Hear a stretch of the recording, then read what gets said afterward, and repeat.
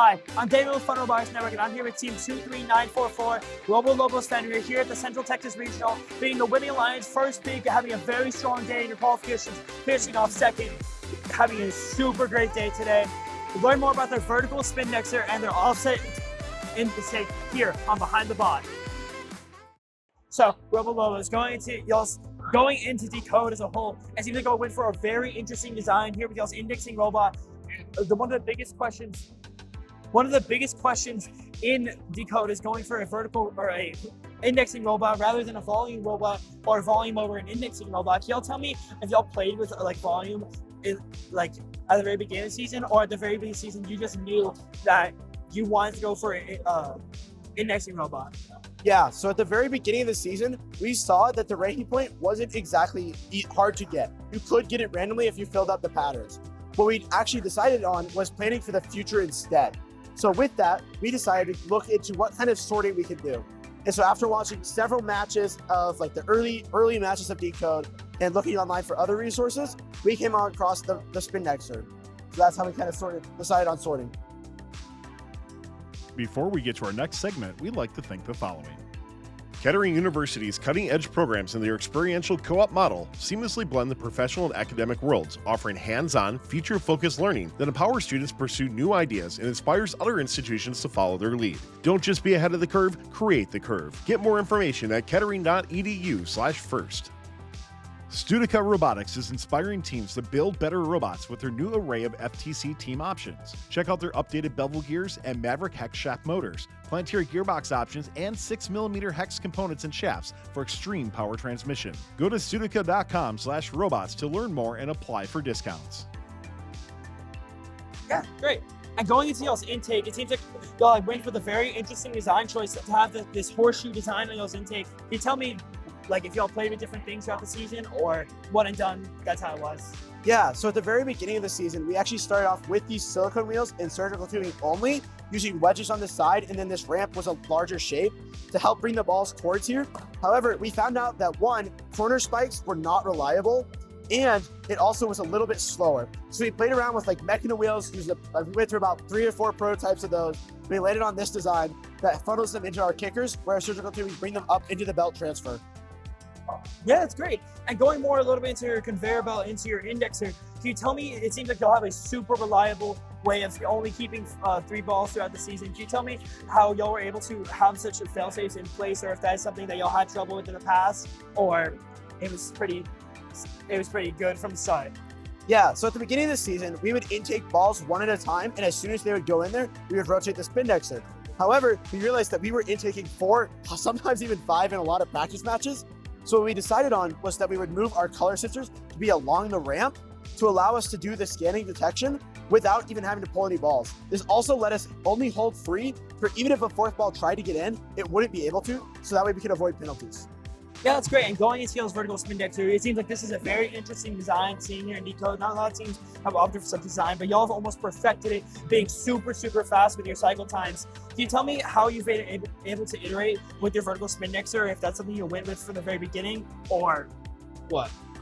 Yeah, so at the very beginning of the season, we actually did not have a Spindexer. We like to use our prototyping to its fullest. So at our League Meet 1, we had a ramp that just went straight to our shooter. However, we made sure to design it in such a way that we could add a Spindexer without interrupting anything else. So pretty early on, we realized that Spindexing was really slow when you're intaking and outputting. However, with the vertical Spindexer, when you rotate a ball, you can have your shooter be firing, and then as soon as it's retracted, the ball can flick out. So that way, it also allows you to rotate the Spindexer while the ball is firing, not having that blockage that a lot of Spindexers go to. Yeah, that's great. And going to y'all's transfer, it seems like y'all have a super fast transfer, and y'all have been able to do that sorting motif very fast throughout the season, and it's been very reliable for y'all. Can y'all tell me about y'all's transfer, and if that's something y'all iterated throughout the season, or what? Yeah, so at the very beginning of the season, we knew that we would want super fast servos. So we started off with just rev speed servos, which were not fast enough. We were getting really slow cycles. So we landed on super speed servos for, I think, our league championship. However, they had a lot of burnout potential, and they actually burned out on us the day before comp. So now we have an axon servo geared up 3-to-1 to still allow for that speed, but still have the same torque and reliability. So we used a 2-stage kind of transfer with that 2-servo design. Yeah, it's great. And going to see our shooter, it seems like it's super versatile around the field, being able to shoot from virtually anywhere. Can you tell me what went into that and how you've been able to iterate so well to have such a versatile shooter throughout the season? Yeah, so our turret is designed to have 120 degrees range of motion with direct drive on it. The main turret was designed kind of after a ball bearing to where we can insert the steel balls to really reduce friction, where our turret rotates super quickly, even with 1 servo on a gear ratio. So that's how we're able to really aim anywhere on the field. We also have an adjustable hood with a really thick gear. That way when we shoot, this thing does not move. And then we have our direct drive flywheel here at 6,000 RPMs, 2 on each side, or 1 on each side. Yeah, it's great. And I see on your shooter, if I'm not, or correct me if I'm wrong, but it seems like you don't have any weight on your shooter for moment or inertia compensation. Can you tell me about that? If that's something you'll combat it with just software or what?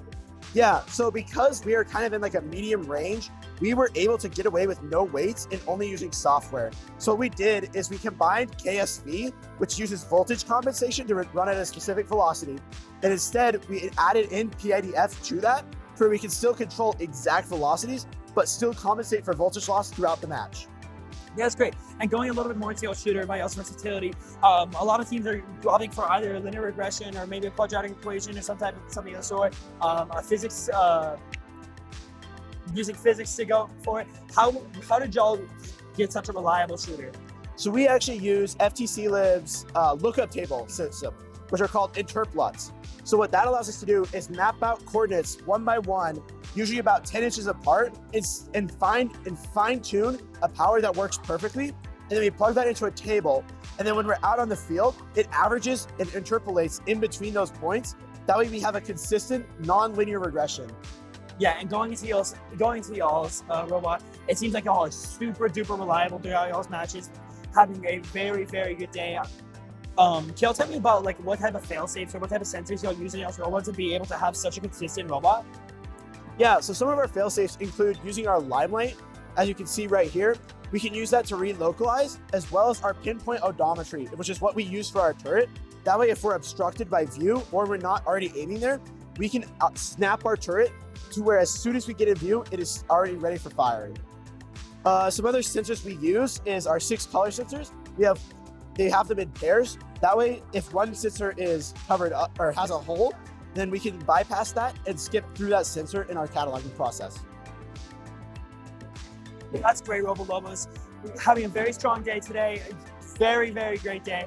Being a winning alliance partner, I'm absolutely just blown away by your performance today here at the Central Texas Regional. I'm Daniel from Robotics Network, and this has been 23944 Robolobos Fenrir. Thanks for watching. Don't forget to like, subscribe, and click the bell to stay up to date on future fun videos. Studica Robotics is inspiring teams to build better robots with their new array of FTC team options. Check out their updated bevel gears and Maverick hex shaft motors, Planetary gearbox options, and 6mm hex components and shafts for extreme power transmission. Go to studica.com/robots to learn more and apply for discounts.